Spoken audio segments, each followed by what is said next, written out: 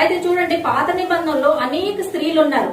పాత నిబంధనలో ఉన్న స్త్రీలకి భక్తి ఉంది కానీ రక్షణ లేదు. ఎందుకనంటే వాళ్ళు యెహోవా దేవుని ఆరాధించేవాళ్ళు, వాళ్ళు భక్తి చేసేవాళ్ళు, వాళ్ళ క్రియలు, వాళ్ళ సంస్కారాలు అలాంటి యూదుల్లో ఉన్నారు కదా అనేక స్త్రీలు. మనం చూస్తాం చూడండి, సారమ్మ కూడా విశ్వాసంగా ఉంది. అదేవిధంగా మనం చూస్తాం చూడండి, హన్నా గారు ప్రార్థన చేశారు. హన్నా ఎందుకు అంటే మనం గుర్తు చేసుకుంటామంటే ఆమెకి సంతానం లేదు.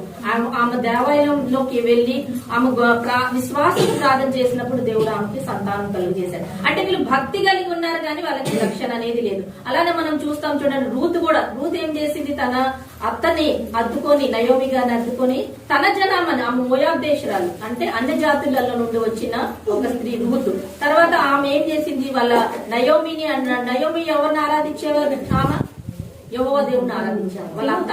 అయితే ఆమె అత్తను చూసి కోడలు నేర్చుకుంది. అయితే ఆమె రూత్ గారు కూడా అలానే వాళ్ళ అత్త ద్వారా విశ్వాసంలోకి వచ్చింది. తర్వాత మనం ఎస్తేర్ రాణి గురించి చూస్తాం. ఎస్తేర్ రాణి ఆమె తల్లిదండ్రులు కూడా లేరు. ఎస్తేర్ రాణికి తల్లిదండ్రులు లేరు, కానీ ఒక రాణిగా అంటే దేవుడు యెహోవా దేవుడు ఆమెను ఎలా దీవించాడంటే తల్లిదండ్రులు లేని ఒక బిడ్డని దీవించి ఒక రాణి స్థానంలోకి కూర్చోబెట్టారు. ఆమె కూడా యెహోవా దేవుడిని ఆరాధించేవాళ్ళు. వాళ్ళు తన ప్రజల కోసం, జనాలను రక్షించుకోవడానికి ఆమె ఏం చేసింది, తన చెల్లికత్తలతో 3 దినాలు 3 రాత్రులు ఉపవాస ప్రార్థన చేసింది. వీళ్ళందరూ ఏంటంటే భక్తి ఉంది కానీ వాళ్ళకి రక్షణ లేదు. ఎందుకంటే యేసుక్రీస్తు వారు వచ్చినాకే ప్రతి ఒక్కరి స్త్రీకి రక్షణ అనేది, స్త్రీ గాని పురుషుడు గాని ప్రతి ఒక్కరికి రక్షణ అవసరం. కాబట్టి యేసుక్రీస్తు వారి ద్వారానే నేనే మార్గం సత్యము జీవము అయి ఉన్నానని యేసుక్రీస్తు గారు చెప్తున్నారు. కాబట్టి రక్షణ యేసుక్రీస్తు వారి ద్వారానే మనకి ఉందని మనం ఇక్కడ తెలుసుకుంటున్నాం. అయితే ఇందాక నేను చెప్పిన ఈ స్త్రీలందరూ పాత నిబంధన, మరి కొత్త నిబంధనలో కూడా కొంతమంది స్త్రీలు ఉన్నారు కదా, వాళ్ళు ఎలా రక్షింపబడ్డారు? అనేక స్త్రీలు మనం కొత్త నిబంధనలు చూస్తాం చూడండి. మరి అయితే యేసుక్రీస్తు వారి పాదాల దగ్గర ఉండి తను చెప్పే మాటలు విన్నది. మాట అయితే ఏం చేసింది, విస్తారాన్ని పని పెట్టుకుని తను ఉత్తమమైన దాన్ని పోగొట్టుకుంది.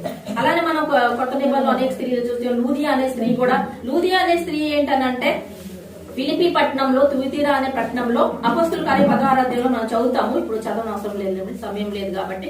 అక్కడ పౌలు గారు వాక్య పరిచయం చేయడానికి వచ్చారు. అంటే పౌలు గారు దండయాత్రలు చేసినప్పుడు అనేక ప్రాంతాలను తిరిగేవాళ్ళు సువార్త ప్రకటించడానికి. పౌలు గారు కూడా అంతకు ముందు జీవితం ఆయన చాలా షౌలుగా క్రైస్తవులు హింసించడం అలా చేసేవారు. ఎప్పుడైతే దైవదర్శనం వచ్చిందో పౌలు గారిని పట్టుకున్నారో, ఆయన షౌలు నుండి పౌలుగా మారినప్పుడు అనేక ప్రాంతాలకు వెళ్లి సువార్త ప్రకటించేవారు. అలా ఒక ప్రాంతానికి వెళ్ళినప్పుడు కొంతమంది స్త్రీలు నది తీరాన కూర్చొని అక్కడ అంటే కూర్చొని వాళ్ళు దేవుని గురించి మాట్లాడుకుంటున్నారు. ఒక తీరాన్ని కూర్చొని అప్పుడు పౌలు గారు అక్కడికి వెళ్ళినప్పుడు వాళ్ళకి యేసుక్రీస్తు వారి గురించి సువార్త చెప్పి ఉన్నారు. అప్పుడు ఆ సువార్త చెప్పినప్పుడు వాళ్ళల్లో ఒక స్త్రీ అనే లూదియా అనే ఒక స్త్రీ హృదయము తెరవబడింది.